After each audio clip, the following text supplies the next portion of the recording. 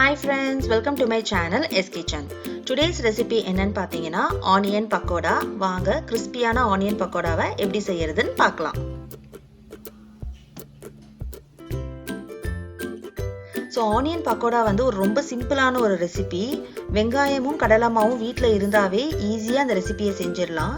இப்போ இந்த ரெசிபிக்கு தேவையான 3 பெரிய வெங்காயத்தை நான் எடுத்திருக்கேன். எடுத்து நம்ம லென்த் வைஸாக நம்ம கட் பண்ணி எடுத்துக்கலாம். நான் இந்த மாதிரி கட் பண்ணியிருக்கேன். இந்த மாதிரி கட் பண்ணிட்டு கையில் உதுத்து விட்டாவே லென்த் வைஸாக உங்களுக்கு கிடைச்சிரும்.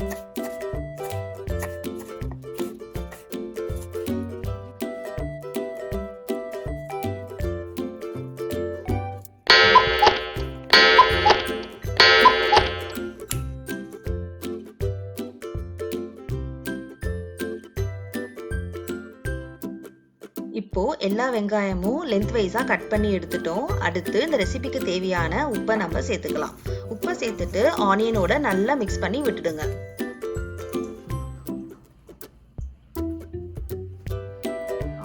அடுத்து காரத்துக்கு 1 டீஸ்பூன் மிளகாய் தூள், 1/2 டீஸ்பூன் மல்லித்தூள், 1 டீஸ்பூன் கரம் மசாலா, 2ல இருந்து 3 ஸ்லிட் பண்ணி வச்ச பச்சை மிளகாய், 1/2 டீஸ்பூன் மஞ்சத்தூள், குக்கிங் சோடா. இது ஆப்ஷனல் இன்கிரீடியன்ட் தான். போட்டு எல்லாத்தையும் நல்லா கலந்து விட்டுக்கோங்க. கொஞ்சம் கூட தண்ணி சேர்க்காதீங்க.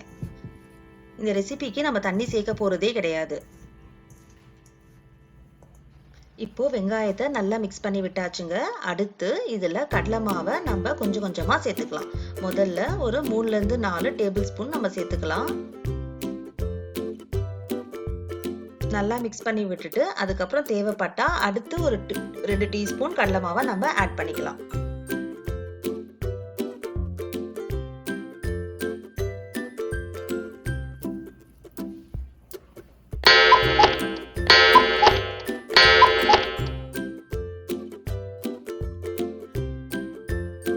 இந்த மாதிரி நல்லா பிசைஞ்சிக்கோங்க. கடைசியா நான் 2 டீஸ்பூன் கடலை மாவு சேர்த்துக்கிறேன். அதோட நல்லா காய்ச்சின சூடான எண்ணெயை 3ல இருந்து 4 டேபிள் ஸ்பூன் வரைக்கும் நம்ம சேர்த்துக்கலாம். இந்த மாதிரி நம்ம எண்ணெய் சேர்க்கும் போது பக்கோடா நம்மளுக்கு நல்ல கிறிஸ்பினஸ் கொடுக்கும். எண்ணெய் வந்து நல்ல சூடா இருக்கும். ஸோ அந்த மாதிரி சூடான எண்ணெயை சேர்த்துட்டு உடனே கை வச்சு பிசையாதீங்க. ஒரு 2 நிமிஷம் கழிச்சு நம்ம நல்லா கலந்து விட்டுக்கலாம். கடைசியா எண்ணெய் சேர்த்து கலந்து விடும் போது நம்மளுக்கு எதுவுமே நம்ம கையில ஒட்டக்கூடாது. ஸோ அதுதான் கரெக்டான கன்சிஸ்டன்சி பக்கோடாக்கு. எடுத்து விடும் போது நல்லா உதிரியா வரும். ஸோ இந்த மாதிரி இருக்கணும். கடலை மாவு வந்து வெங்காயத்துல பட்டும் படாம இருக்கணும். அடுத்து நல்லா பொடியா நறுக்கி வச்சிருக்க கொத்தமல்லி புதினாவும் நம்ம சேர்த்துக்கலாம். இது ஒரு ஆப்ஷனல் இன்கிரீடியன்ட் தான். உங்களுக்கு தேவையில்லைனாலும் பரவாயில்ல. இப்போ எண்ணெய் நல்லா காஞ்சிருச்சு. நம்ம வந்து கலந்து வச்சிருக்க ஆனியனை நம்ம எண்ணெயில விட்டுடலாம்.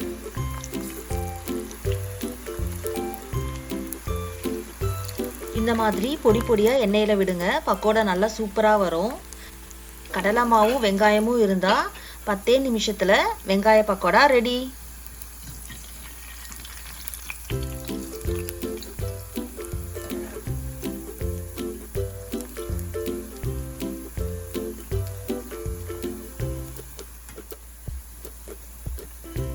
மீடியம் ஃப்ளேமில் வச்சு நல்ல ஒரு டீப் ஃப்ரை கொடுங்க. இப்போ பார்த்தீங்கன்னா கிறிஸ்பியான வெங்காய பக்கோடா சுலபமாக ரெடி ஆயிடுச்சு.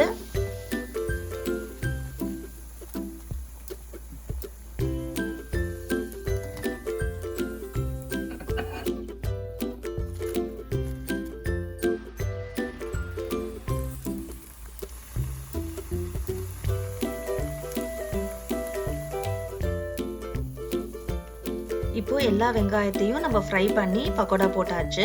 அடுத்து இந்த மாதிரி நம்ம கருவேப்பிலையை நல்லா ஃப்ரை பண்ணி எடுத்துக்கலாம். கடைசியா இந்த ஃப்ரைடு கறி லீவ்ஸை வந்து நம்ம பக்கோடா மேல போட்டு அதோட சேர்த்து சாப்பிடும் போது சூப்பரா அருமையா இருக்கும். இதே மாதிரி நீங்களும் வீட்டில் செஞ்சு பார்த்து எப்படி வந்துச்சுன்னு சொல்லிட்டு கமெண்ட்ல சொல்லுங்க. இப்ப பாத்தீங்கன்னா நம்ம கலந்து விட்டு 1/4 மணி நேரம் ஆச்சு. கடைசியா வெங்காயம் வந்து கொஞ்சம் தண்ணி விட்டுருச்சு. ஸோ அதனால ஒரு டேபிள் ஸ்பூன் கடலை மாவு, காரத்துக்கு மிளகாய் தூளும் உப்பும் சேர்த்து பிசைஞ்சு விட்டு பொரிச்சு எடுத்துக்கோங்க. இந்த வீடியோ உங்களுக்கு எல்லாத்துக்கும் பிடிச்சிருக்குன்னு நினைக்கிறேன். பிடிச்சிருந்தா லைக் பண்ணுங்க. மறக்காம எஸ் கிச்சன் சேனலுக்கு சப்ஸ்கிரைப் பண்ணிடுங்க. தேங்க்யூ.